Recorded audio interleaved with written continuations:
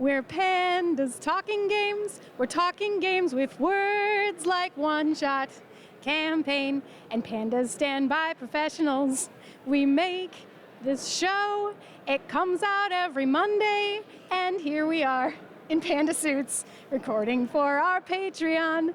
His name is Phil, and he likes to define things like session and story. He's like a gaming dictionary. And so I'm borrowing a waveform from the birds to tell you that we're talking games with words. There we go. Now we know we're recording and we can start the show. Now we That's can how start. we start. We That's have how to we sing a start the song show. so that we know that there are waveforms. It's different every time. That one was, oh, now it's my turn. Now we start the show. Okay. Okay. Professionals. One take. We're going to do this thing in one take. 7 take That's right. Senda. That's right. Hey, Phil. Hey, Senda. You want to talk about why we're wearing panda suits? Yeah, why are we wearing panda suits? Bum, bum. We don't have the music here. So if you're watching live, you get to actually see him do the Kermit head. This is where Senda puts the song in. That's where I put the song. That's where it's there. going to go. Right there. That part. And welcome to Pandas Talking Games. I'm one of your... Oh, no, I screwed it up. Jeez. Damn it. It's not usually my spot to screw up the opening of the show. No, it's not usually your spot to screw up the opening. Right. You just mess up the ending. I'll try again. And welcome to Pandas Talking Games live from AcadeCon. Woohoo! There we go. I'm one of your hosts, Phil. I am your other host, Senda. And we are wearing panda We are suits. wearing panda suits. And if you are not watching us live, that's fine, because we're going to have this video up later, and you can see us doing the show with panda suits on. Why are we wearing panda suits? Do I need to show them my tail? Well, and we're done. Do I? I think if I show them my tail, you have to show them your tail. Legit. That's fine. I'll do it. We're going to show them tails? Yeah, let's show tails. Then we can talk about. Then we can talk about. See, there's. Can you see it? All right. My tail. There we go. All right, now Phil's. Gotta see the tail. Turn around. Work the tail. Oh yeah. There we go. All right, now we can talk about why we're wearing panda suits. Now, for people who are listening to the podcast and not watching the recorded stream, what panda suit are you wearing? I am wearing a panda kigurumi, so it's a short sleeve one. I put on some tights underneath it because it's a little chilly in here. A little chilly. Yeah. And what panda suit are you and wearing? what am I wearing? Can you explain what this is? Phil is wearing a panda hoodie with ears and an adorable tail on the butt. And where does one get such a panda hoodie? Well, one doesn't. One has a really nice co-host who makes it for one. Sure does. This actually started as two separate hoodies. A black one and a white one, and you deconstructed it and put it back together. I did. It's pretty awesome. Now you have a panda suit. I do. It's good. I'm gonna kind of just make you wear it. kind of just gonna wear it a lot once winter comes. That's good. Yeah. All right. So. Okay. So why are we wearing panda suits? Yeah. Why are we wearing panda suits? So. We, as people know, regular listeners of the show, we have a Patreon through the Misdirected Mark Network. And that Patreon reached its $240 goal. And since I wasn't allowed to set my other co-host, Bob, on fire. Yeah, isn't that like 760? Well, they've moved it since they thought 240 was too low to let me light Bob on fire. Yeah. Yeah, so instead, we promised to record a show live in panda suits. And here we are. And in panda suits. Recording live. Yes. Okay. That's a thing. All right, so we've talked about the panda suits, where they came from. And so this is the first time we've ever recorded in person. Yes, it is. This is usually over Google Hangouts. Yeah, I mean, we've done APs in person once, but we've never actually recorded a show in person. Yeah. Yeah, so that's weird. Yeah, it's weird. Yeah. I'm used to, well, I mean, first of all, the sun is technically still in the sky. There's that too. Which is way earlier than I've ever recorded a show with you. That's not true. We did one in the morning. Once. We did Strix in the morning. Yes, once. Yes. But normally this show is like midnight for me till like 2, 3 in the morning. Outtakes, you guys. Yeah. Oh, yeah. And normally I'm hopped up on a lot of caffeine. Yeah, but not. And caffeine. Okay, so we're going to do this in person. And tonight, we're doing a topic roundup. We actually have people here that you can't see off camera. Yes, you can't see them, but there are people here watching us. We've like dozens of people. Hundreds. Yeah, it's, I mean, Yeah. It's a madhouse, and they're all wearing panda hats. Fire marshal is here counting heads. All of them. Yeah. Yes. There's an actual panda in our audience right now. Yeah. Eating bamboo. So we're going to do a topic roundup. I have topics, but we can just take topics from everyone else. Okay. So we're not committed to sticking to script. Right. So for people who don't normally listen to the show, what we normally do is we talk about a gaming topic from the perspective of one-shots and campaigns. Senda runs a million one-shots. I run a bunch of campaigns, and we usually tackle things like that. But we are not beholden to that today. We will basically answer questions. If we can do it from both points of view, we will. And I have, like I said, I rounded up a bunch of things out of our topic list that were not quite large enough to do a whole show out of, but I figured we could knock those down as well. Yep. So I agree. Does anyone have anything they want to ask us? List. Oh, we have one. Oh, here. I'm going to aim the mic at him. I'd like to know what is Phil's favorite one-shot he ran, and what is Senda's favorite campaign that she ran, and why? A table turner. My favorite one-shot. Let's see. I think my favorite one-shot I've ever run was a couple years ago. I was running for Part-Time Gods of Fate. I was running the adventure that we wrote called The Coming of the Preacher. And I actually was running it at a convention in Denver. Tacticon, I think is. Some panda hats. There they are. I think it was Tacticon, right? It was Tacticon. Yeah. So I ran that at Tacticon, and that's actually how I met Senda. Yes, Yeah. it is. I think he's saying that because he really liked my Penelope. I don't know if you've played goddess The of Coming of the liquor? Preacher. Yeah. The goddess, she was an amazing goddess of liquor. Everybody was drunk in that was in that great. game. Yeah. It was great. So it was good. Yeah, campaigns. I haven't run that many campaigns. You had to run one. I have run some. The last one that I ran was 4th edition. I didn't even read the books. I think I've told this story. Emily read the books. I just ran the game. And then I said, hey, how does this work? And she'd be like, oh, yeah, it works like this. And then later she found out I hadn't read the books, and she's like, that's why you kept asking me things. So, but that was actually a fantastic campaign because we were world building it together. And we were actually, we were taking like a setting that she'd had for a while, and then we were co-creating it. We were passing it back and forth to, like, I would run an arc, and then she would run an arc. And it was very cool because it was shared. It was shared GMing, but not in a weird way. That was lots of fun. And then we converted it to Fate, and I liked it better. And then it fell apart because some of the people we were playing with didn't like Fate. And I was like, well, I'm not running D20 anymore right now, so I guess you're all done here. I guess that would answer that question. Yeah. No? No, I think it's good. Yeah, That's good. legit. Okay, All right. good. Does anyone else have any other We have questions? anything? We a have list. questions in case you people. just jump in if you come up with Yeah. something. Absolutely. Yeah. All right. We'll do one. Yeah, All right. let's do one. Let's pick Pick one one. off of the. Why don't you start at the top? Because Start at the top, right there. Right there. Oh, I love my notes on all of this. See where it says stuff. Senda says stuff. Senda was Oh, supposed good. to. Senda was supposed to Senda was see the supposed show to see notes the show notes and prep things beforehand. We all know how that goes. a little bit. Uh-huh. All right. So, Party of One podcast asked us, tying into the idea of costumes because we are. In panda suits. How about tactile elements in play, props, costumes, handouts, and the like? So, you want to do this the classic way, one shots and Classic way, campaigns? one shots and campaigns, All right. sure. What do you think? So I think, so the game that comes immediately to my mind with this question is I know that John Arcadian runs a fantastic, like, Battle of the Tarrasque thing at conventions. Did he bring it here? Does he have the Yep. Tarrasque? Yes.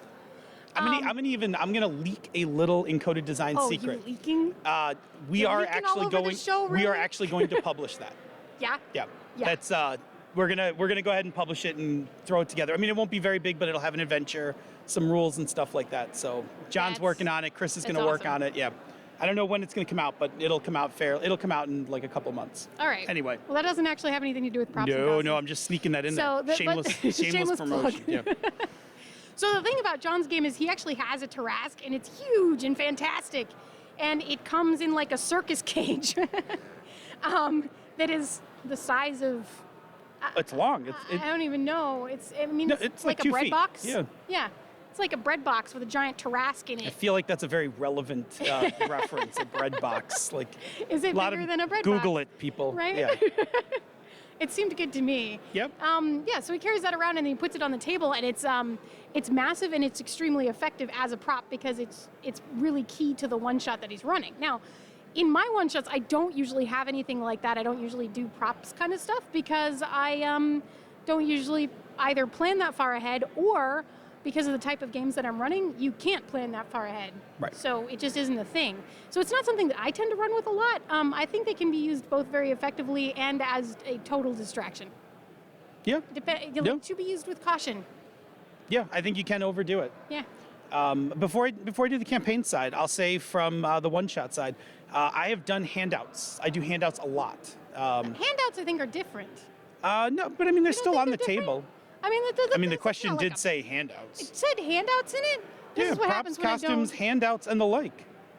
I like handouts, Do you want you to? guys. I was going to say, do you want to revise? Yeah, I'm going to revise Yeah, my feel statement free, and tell yeah. you that I use handouts. Yeah. But they're usually things like the rules. Yeah, see, I've done handouts when I'm doing a one-shot and the setting's a little complex. Yeah, sure. And I don't want to have to spend 10 minutes explaining the setting to people. Sure. So I want to just like put something out on the table and just be like, hey, read this while you're all picking through your characters and Yeah. stuff and just get a feel for it. For my Hydra Hackers game tonight, I have a couple of handouts specifically just to put on the table so that I don't have to spend a lot of time going over those things. Yeah. But yeah, the other stuff I think is great if you have time to do it. It is, and it is a higher level of prep. So there is the stuff you normally prep for your game, and then there is the arts and crafts part. Yes. And sometimes the arts and crafts part starts to soak up way more time.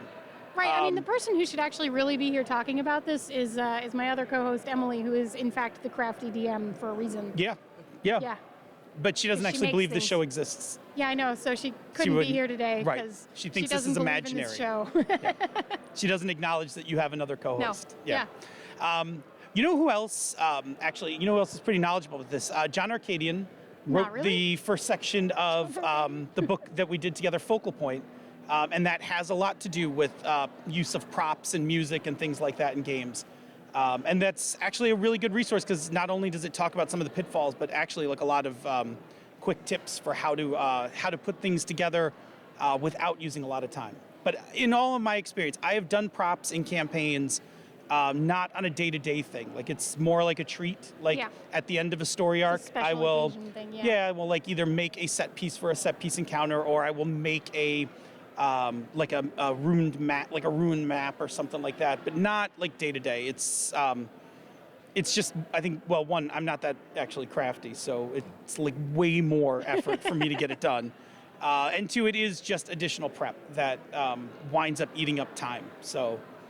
Yeah, but I do like it. It's just not a lot of.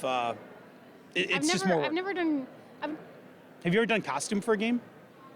I have actually made my friend a costume for a game. Yeah. Yeah, red wizard robes. Sweet. Yeah. I did All Raceland up.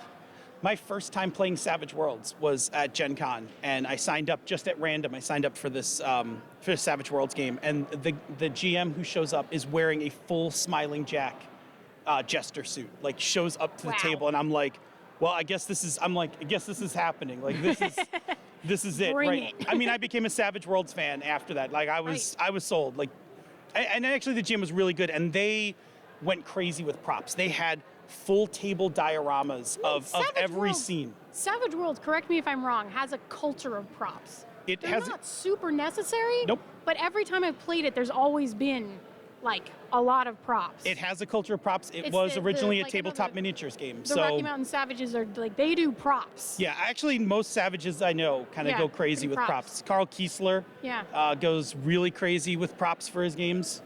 Down to it, what was his he did his Extraordinary League of Extraordinary Gentlemen 1970s edition, and every character sheet was a 8-track. He actually bought 8 tracks, took the labels off, put the characters on labels, and relabeled the 8 tracks. That's crazy. And that's what everybody got when That's they sat down. amazing. Yeah. Okay. Yeah, that's good. Yeah. I feel like we beat that one to We death. beat that one to death. Yep. Good. Good. All right. Any questions? Yeah, James. Oh my goodness. Hey, that was close, guys, but we lived. So I've got a question that I know Senda can handle, and I'm really interested in her perspective on it. Obviously, I think there's a lot of value in playing a large variety of games. And I was wondering if there's a game in particular, and obviously feel free to jump in on this one too, that you felt has like changed your perspective on how games should be played or run in any way. Is there something that you've read or just outright played that you've gone, man, I'm going to do things differently from now on? I'm going to be a fangirl for a second.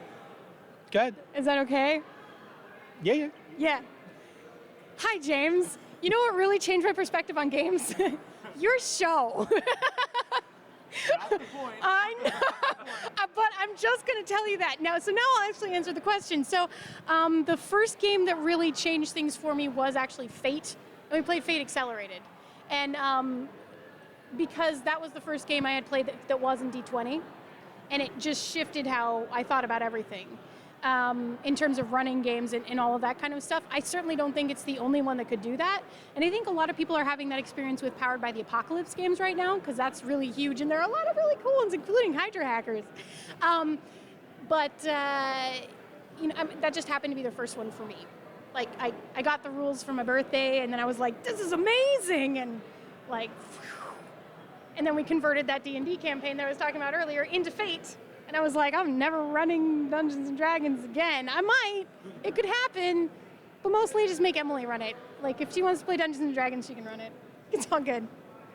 What do you think? I'm going to give the old man answer, All and right, then I'm going to give the old All right, answer old and the man. new answer. All right, old man. So the old answer, Lay it because on. I'm old, was Amber Diceless. You're old. That was a profound experience for me. That is a game with no resolution mechanic except for the GM, and it is strictly up to you to decide. I mean, there are some minor rules about who's got the higher stat, but after that, it's basically narrative positioning and what the GM decides.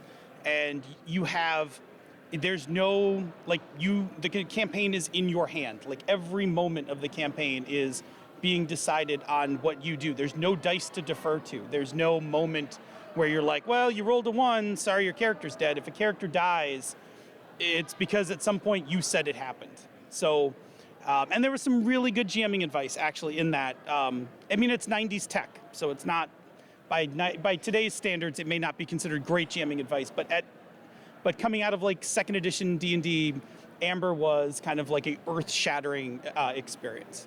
And now my newer answer, I will actually also say Powered by the Apocalypse. Yeah. Apocalypse World was a huge deal for me when it came out. When I read the GMing section alone, in fact, I wrote an article the year Apocalypse World came out. I wrote an article for Gnome Stew about just the agenda principles and GM moves, about how they basically just structure in general a particular style of GMing, but a style of GMing that I actually really like. And so for me, like, I love Powered by the Apocalypse games just because they fit just how I like to run games. And so that was actually a big deal for me. I actually have stopped playing a lot of other games in order to just play more Powered by the Apocalypse. Yeah. Cool. We're going to play Headspace. Yeah, we are playing We're Headspace. going to play Headspace. Yep. Cool. Anybody else? We'll keep going back to our list. Cool. Oh. A question related. I have a question related to Powered by the Apocalypse and specifically Hydro Hackers.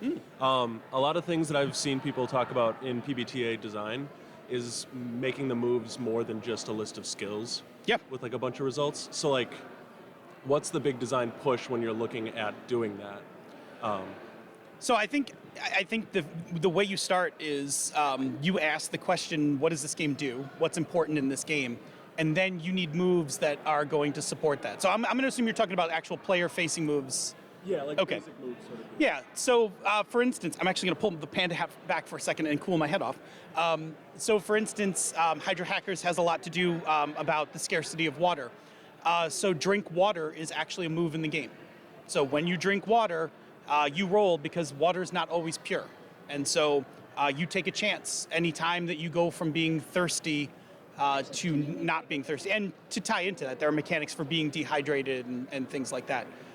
There's also a move that So there's an equivalent of bonds in that game, but they're more fluid. It's called neighbors. And you can, in the middle of the game, switch those around by sharing water with someone else. So that was something that we wanted in the game. We wanted something to be about neighbors, about the connectivity of people, and tying it to water. So I think the short answer is you figure out what you want your game to be about. And then, like for instance, if we're looking at Night Witches, you are, female Russian fighter pilots in World War II. And then your moves have to basically push in that direction. Now, some of your basic moves have to be generic to have things like, skill-like ones. So in Hydro Hackers, sneak is a big deal. So there is a move for that. But then you really want to have some percentage of your moves be really dialed in to a specific thing that you're trying to do in the game. That would be my short answer. As short as I get. We actually have a question from the chat room for life. The chat room from life Yes, the chat room for life our is Slack live. channel is live the Slack with channel us. is live with us, and you guys all rock. And so we have a question from Doc Palindrome for you, Phil, which is, what game from the 1980s or 1990s would you most like to try again? Okay. Right? Yeah, no, it's good. I have two because they're both sitting on my shelf because I've been dying to try them. I want to retry TSR's Gangbusters to just try a Roaring 20s style game. But the one that I really want to retry, which I have planned on doing it when I get some free time, is the Palladium Systems Teenage Mutant Ninja Turtles. That was, I played the hell out of it in my teens, and I'm sure I played it wrong. So I want to actually go back and try to play it as pure as the rules are and see if it is actually A functional game? Yeah, I'm pretty sure I screwed up some rules, and it was. I mean, I loved it. I played so much of it, so I also had a lot more free time. Like, character creation is really long. Like, I think even NPC creation is long. So, but yeah, that's the one. That's the one I would like to do. Teenage Mutant Ninja Turtles by Palladium. Teenage Mutant Ninja Turtles. Yeah. Is there a 1980s game that you know of that you would want to try playing? I ask you the counter question, Senda. Phil, I was born in the 1980s. I'm just saying, I was a little young to really know what How was about going 90s? on Is in there the a gaming 90s world. game? Okay, so there was a game that actually went with the Dark Sword trilogy by Margaret Weiss and okay. Tracy Hickman. And it was the very first gaming book I ever read, and I stumbled across it entirely by accident. I had no idea what it was. And I wish I still had it, because I honestly can't even tell you. I think it was actually a game. Okay. But I mean, I remember the trilogy. Might have been like a setting. Like, I don't know, but I I'm going to go look it up. yeah, right? Like, Yeah. it was a paperback, just like the books. Okay. And I bought it because it was a paperback that looked like the books. And I was like, oh, look, another book in that series that I liked. And then I started reading it, and I was like, this is not a story. And so it would be really interesting to me to actually read that, knowing what a role-playing game is, and then maybe try to run it, because I'm going to recommend had no two idea what 80s I games for you to try, and I may dig these out of mothballs and run them. The first one is the first or second edition of Paranoia. I feel like I do need to play classic. Paranoia. You should play Yeah. classic Paranoia. Yeah. It is amazing, and it is just your kind of crazy. Yep. And the other one would be from Steve Jackson Games, Toon, the cartoon role-playing game. Interesting. Toon is a blast. It is ridiculous and slapstick, and you play cartoon characters in a cartoon world. Okay, it's fantastic. Yeah, and you get all the cartoon tropes, like run off a cliff, and if stay in the air. you're too stupid to know that you should fall, you can just, keep running. going. Yeah, Okay. yeah. Those are my recommendations, because I think you would dig them. They're pretty crazy. Fair enough. Okay, that's Hey, a good question. That was a good one. Thanks, Doc the Palindrome. Slack room for Slack life room is for life. No, this is the chat room for life. chat room for This life. is Twitch Live. Chat room for life. Oh, okay. Right? Hey, look, our next question on the list is from Taylor. Leviathan. That goes in the outtakes. See? You say it. Yeah. Why can't I say Leviathan? Leviathan. Files. There you Thank go. you. It's like when suddenly I stopped being able to say apocalypse. Yeah. The apocalypse. Is there a topic? Apocalypse world. Yeah, it's right there. I know. Are you going to read it? Well, I was going to. All right, so you asked us on Twitter about playing animals a la Golden Sky Stories / The Warren being an appropriate topic since we are wearing panda suits. What's really funny is while I have read Golden Sky Stories, and I'm going to play hopefully the Warren. Yep. We've been talking about it. I haven't actually played either of those yet, but I ran some Call of Cthulhu, which is great. And what else? There was another one that I immediately came up with when I read that question that I can't remember. We'll get back to it. But so Call of Cthulhu is the thing that I will talk about because it was a fun game to run, because it is one of those games where very specifically you can't do people things. Like, I don't know if any of you have experience with that game. One of the cool things about it is there's actually a class, basically. I don't think he calls them classes, but it's basically a class where you're the one cat who knows anything about human tech. Like, you're a two-footologist, and that's the only kind of cat that, like, knows what a doorknob is, or that you have to have a key or something to start a car. So it's very cool because you're playing this game. You explicitly don't have opposable thumbs, so you can't do anything that would require opposable thumbs. And if you're carrying something, you have to push something in the mouth all the time. Oh boy, it must be a convention. This is how Concrud starts. This is how Concrud starts, you guys. Cthulhu is not a game for conventions.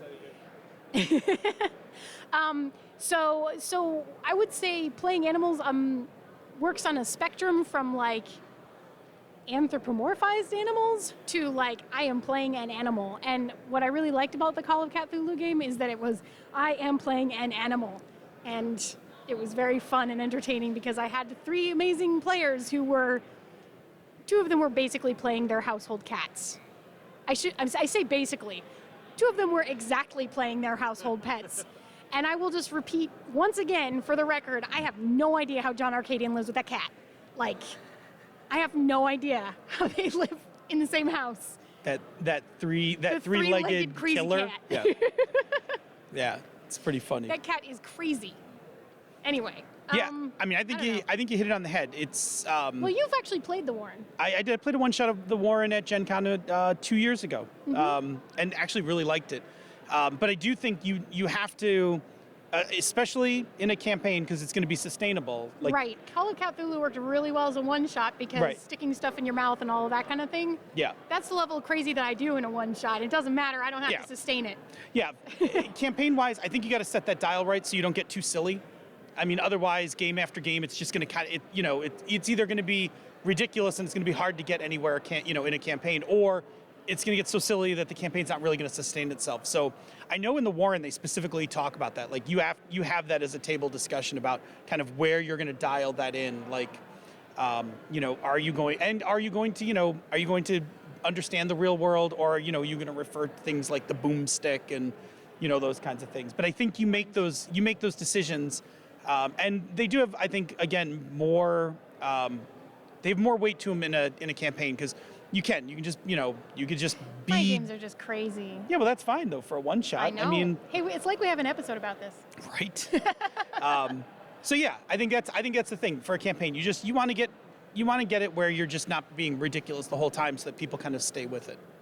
So yeah, I mean, I want to run the Warren, but I want to run it like super dark, right? Like I want to run the Warren in Massachusetts and like under this tree, like the bunnies dig in and find a book.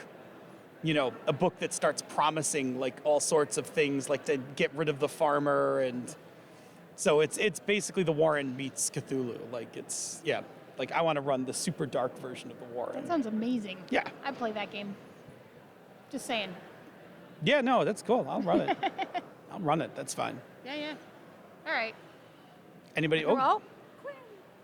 Yeah, so I had a question that I see as something of a through line through a lot of the questions that have been asked here. And so I'm thinking about essentially mechanical scaffolds for narrative that exist within games and how you might approach those at the table when approaching a one-shot versus a campaign, especially looking at things like Apocalypse Engine games, which are very much scaffolding narrative with their mechanics. Wow, I'm going to have to digest that for a second. You want to do campaigns first? No, I'm thinking about it. Question. Yeah, it's a good question. I'm going to take my hood off for that question. You didn't do it right. Do it again. If I put it down, You want me to hold the microphone? Yeah, thanks. Okay, do it right. I have a bad feeling about this. Thank you. We had to catch that on film. Do you want to do it? You've been practicing? I can do it too. Okay. All right. Ready? Yeah. You have to tell me if I do this right. They'll tell Okay, you. they'll They'll tell tell me? you. Okay, Yeah, ready. they'll tell you. I have a bad feeling about this. Did I do it slow enough? It's good. It's good. Oh, you guys, I got applause. That was good. All right, so narrative scaffolding. So let me make sure I get this right. So in terms of, actually probably need a little bit more to go off of. So can you give me like a little bit more?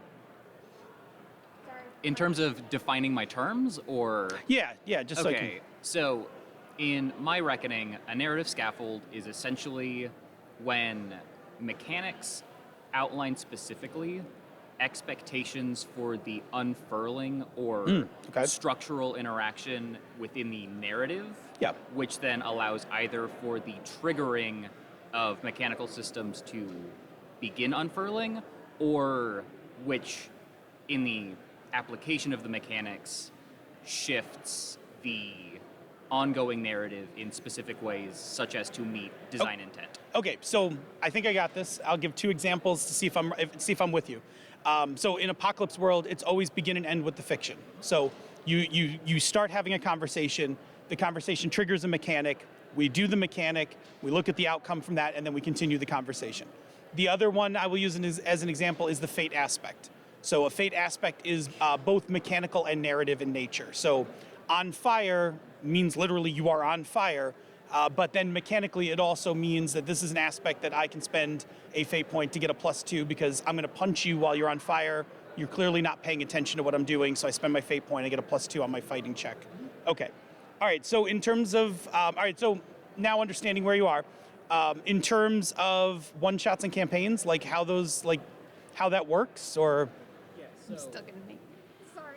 No, specifically, there are some games which have extensive and mechanically deep narrative scaffolds. Yeah, absolutely. And so it's essentially how much do you prioritize using those narrative scaffolds at a one-shot versus a campaign in still seeking to emulate appropriate theme or narrative. All right, cool. All right, I think I'm got. I Now got I'm. this. Yeah, now I I'm got in. this. I'm in. Okay. Are you there yet, or? I don't know. You can still go first. All right, if you I'll want go to. fir- I'll go I mean, first. because you want my answer? I can do a quick answer. I have think a I know quick your answer, but go ahead. Right, because my answer is I really try to play games for one-shots that just have the mechanics that are more specifically aimed at being one-shots, so that I don't have to fight any sort of ongoing, continuous push. That doesn't make sense. All right, you go. Did it make sense? Oh, James D'Amato said it made sense, Then so I think we're I'm good. on. We're good. All right, so I'll say that one, it's going to depend on how ingrained that is into the game system. So, like in Powered by the Apocalypse, yes, you could run it without doing begin and end with the narrative. Like you could just have people like yell out, "I'm making a hack and slash check," but you're really like gutting what that game's about, right? Like you're really taking away from it. So it is heavily dependent. And when you're running it, even as a one-shot, like I actually love running Dungeon World as a one-shot because it's far easier for me to take new players who've never played before and just tell them, just start telling me what you're doing. Don't worry about the sheet over here. When the time comes, I'll tell you to roll something and we'll look at this sheet. It's easy to get people to start just telling a story as opposed to, and I don't want to pick on it, but like here's your Pathfinder sheet, like, It's okay, you can pick on Pathfinder. like you roll, and here are your bonuses, and here's all your rolls. Like, I actually like that because I think it's more natural. So I lean into that for a one shot heavily. Like for instance, I'll run Hydro Hackers later today, and I won't harp on the moves. Like I'll put them out on the table for people to look at, but it's really like just start talking to me about stuff, and when we get to it, I'll be like, wait a second, that's a move. Like here's where we go, and then let's pick it up from there. So I like that a lot. And then, again, in campaigns, my preference is for those kinds of systems. I like those. Like I love Fate for that same reason. You can run Fate stripped down and kind of lean like away from that. You can just make aspects, basically +2s on the table. But that's why I think where a lot of people miss it is that that's the easy part. In aspects of +2, it's trickier to also at the same time in your head keep track of whatever that aspect is also real. And all the real world things go with it. So if you're on fire, it's perfectly reasonable without making a roll that the next turn something else is also on fire. Because you were, lying on the rug. Well, now the rug is on fire or the room is on fire. And that actually takes people a little getting used to. And in a campaign, you have the advantage of kind of coaching people through that, right? Like you have the campaign, you can take that time and go through it. In a one-shot, because your time is limited, it will depend on the group. Sometimes I have just let it go as simple as just like, all right, collect your +2s and make your roll. But I try as much as possible because I think people, especially new players, are easier on the narrative than they are on the mechanics. Does that help? Cool. We have a thing from the chat room for life. What would the chat room for life like this? Palcom? Yeah. Wayne wants to know how tall you are compared to me. All right, well, can the camera catch it? We'll I don't do this. know. We might have to back up. No, we'll just back up.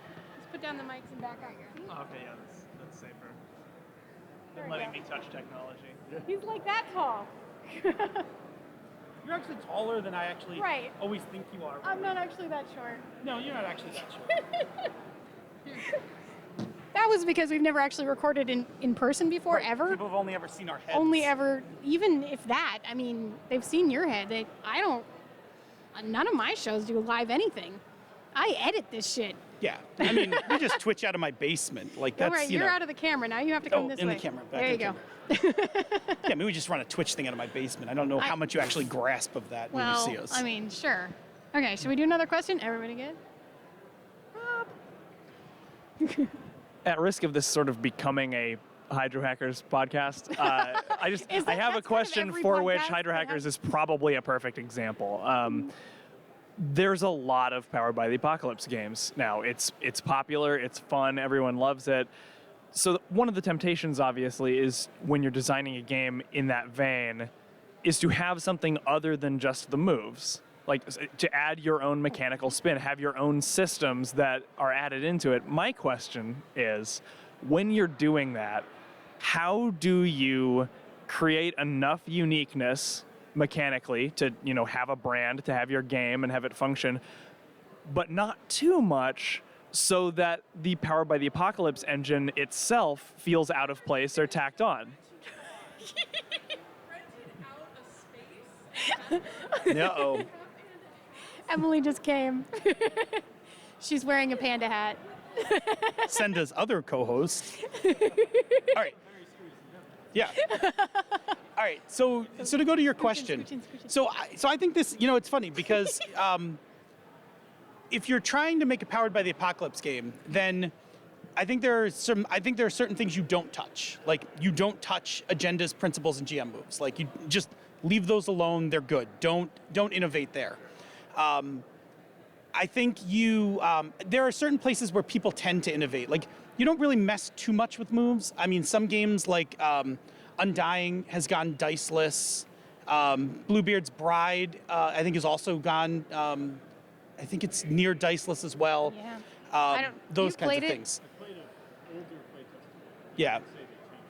Right. Yeah. No dice. Yeah. Yeah, so that's starting to push onto the edge. I mean, for Hydro Hackers, we actually bolted on 2 additional systems onto the game that are still basically powered by the Apocalypse, but the actual hack is it's a board game mechanic. It's a bag drawing push your luck mechanic where you actually are drawing tokens out of a bag as representing the flow of water.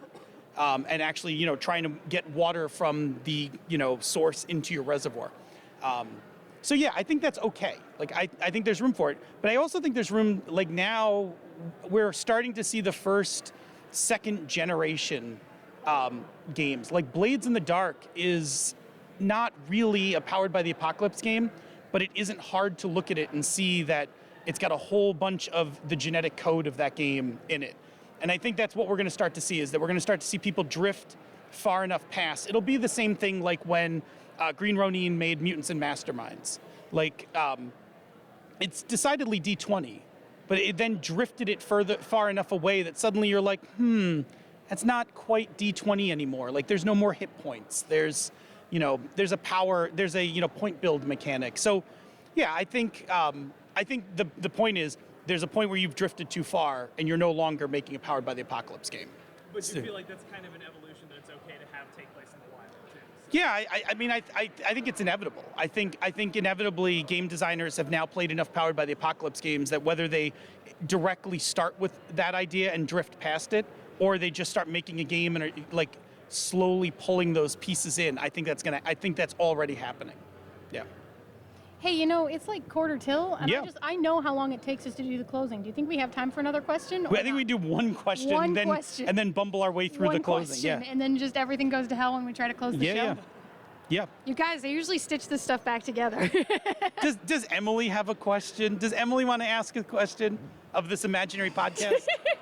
It's okay, you don't have to. I have no idea what y'all have been talking about. So If it's a fine. repeat, don't worry. We'll make up different answers.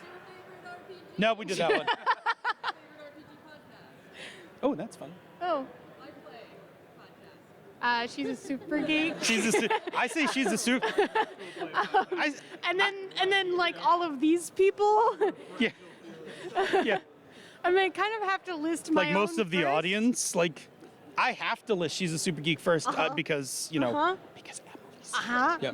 Because It's part of the glitter bomb. That's why. because I don't want a Glitter glitter bomb. bomb sent to my house. Uh-huh. So That would be it right there. yeah. Okay. Well, we have. Do you want to just pick one? 'Cause we got Yeah. three What do we left on got the list left? that we could just pick Oh, I one like from. this one. Let's do lethal games. TPT Cast and a few others asked, how do you handle communicating you may die to your PCs in this implication? Oh, no, or Rich Howard asked this. it. Sorry. Yeah, no, sorry. Yeah, no, We're Rich talking Howard to asked this funky. question. Yeah, So, yeah, how do you do it? How do you communicate? Like, you could die in this game. I tell people the level of if I am playing a game in which you could, in fact, very probably die. Yeah. That's to me something that I feel like needs to be communicated going in. And so for a one shot, to me, that's something that's in the description of the game. Yep. Lethality, that kind of thing. What's funny is I'm usually running the exact opposite. I'm usually running like. There's no way you're going to die. In this. Right, like lasers and feelings. There is no system of damage in this game. Like, you're all going to be fine, except the one time that they almost managed to blow up their ship, at which point I just would have ended the game. Like, I'm sorry, you're all dead, but It's pretty good. Your you know. crew only managed to blow up a ship. I've had like 3 planets. No, Oh, the ship that they were on. yeah. By continuously ignoring the explosive material that was shedding that they clearly knew about. They're like, well, I'm sure that'll be fine. Let's go do this other thing. Like, oh my God, you guys. I don't know how many more partial successes I can do without just exploding your ship. It's like 10. Anyway, Yeah. /rant. I mean, I think that for certain games, there are some basic borders of expectation. Like if you're playing Dungeons and Dragons, you know, it does depend You on could die. your DM, but there's definitely, you know, death mechanics in that game. So there's an expectation that could be implemented. I'll give you an example of a game where I think that people think they're not going to die Right. and then could die easily. Yeah. Is Savage Worlds. Oh, yeah. Like, you think Yeah, you're not going to die. You got bennies. explosive Right. dice. But explosive dice make that game very unpredictable. Yes. I mean, I accidentally, in a one-shot at a convention, hit a player with 44 points of damage. Holy shit. I mean, I was rolling in the open, so it was like... Well, crap. Like, what do you do? Well, yeah, luckily, they had the action cards. Yeah. And they... I allowed them to pool, you know, like anyone could use the action card for anyone else, and someone had one that negated all damage. Oh, whew. And I mean, like they all looked, they're all They're like, feverishly oh God, looking. oh God, yeah. But I mean, that was it. Like I was sitting there, like wow, like, and that wasn't like that was the opening combat. It was Oh like, my God. So well, really like not when you want to be killing your next people 3.5 hours are going to be free. Like you know, It's like, it was oy, terrible. oy. But I mean, that's the thing with Savage Worlds. Like Yeah. that game is really swingy like It that. is super swingy. Yeah.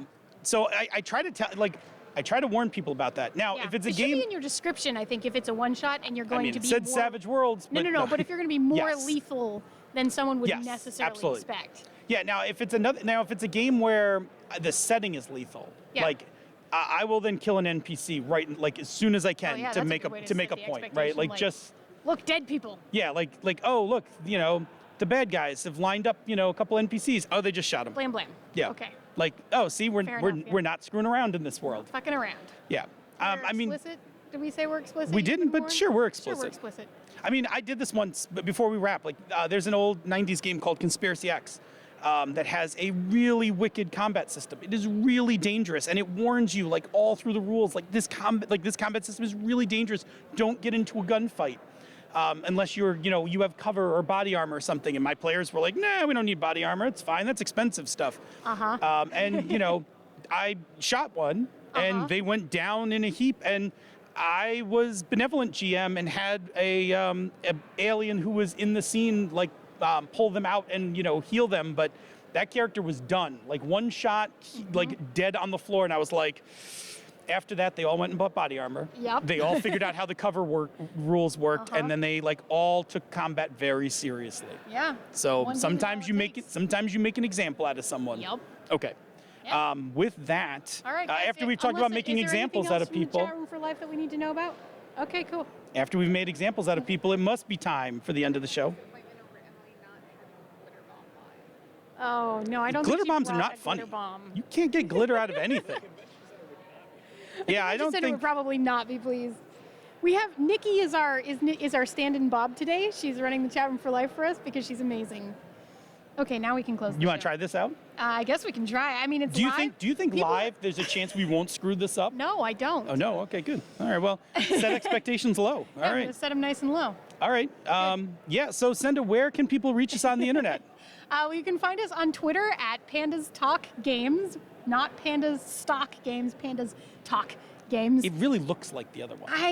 Only because you've now seen the other account that's parodying us. Yes. Anyway, that's. I totally lost my train of thought. See? See, That's damn what you do. See Pandas Talk Games, or you can find us on Facebook.com/Pandas Talk Games, or you can find us in the Misdirected Mark Google Plus community, hanging out there, or in the Pandas Talking Games section there. Yeah, indeed. Yes. And once people find us, Phil, what can they do? Well, you can send us topics for us to talk about. You just find us on social media, leave us a topic. We throw it into our giant list of topics. Occasionally, we clean out the list, like on a show like today. Yeah. Or we pull out a topic to put together for a show. There are 3 basic types of shows that we like to do. We like to do the one-shot versus campaign perspective. We will do another gaming topic if we can just pull 2 differing perspectives on it. And we will occasionally stalk game designers and sneak them onto the show, as we did Yes. just a few weeks ago. Well, no, that only dropped last week. Damn it, non-linear podcasting time. Non-linear podcast time. That's Yeah. right. Yeah, like with Strix. With Strix. And Grant Howitt. Absolutely. So, Because one last job. yeah, and so if you... Oh, he didn't do it. Cha-ching. Thank you. If you think that, and please, only suggest game designers who think that they actually can handle the rigors of our recording Outtakes. schedule. Yeah. Yes.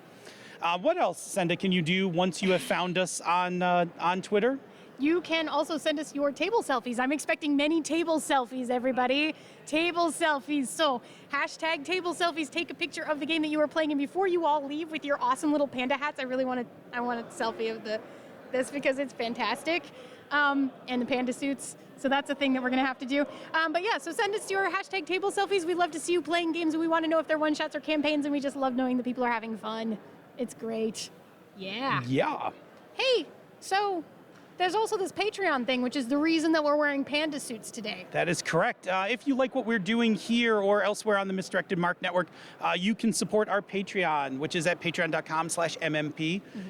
Patrons get access to the Misdirected Mark after show, the 20 minutes that happens after the live show, where we basically just screw around on the mics and answer questions. Magic penis. Yep. In addition, you can get our song parodies that Senda puts together. And there's a new one. Oh yeah, I got to work on that one. Yeah, there's a new one that Bob Everson wrote. I think I'm a couple behind actually. I've got one from Wayne, I got one from Bob. I need. Yeah.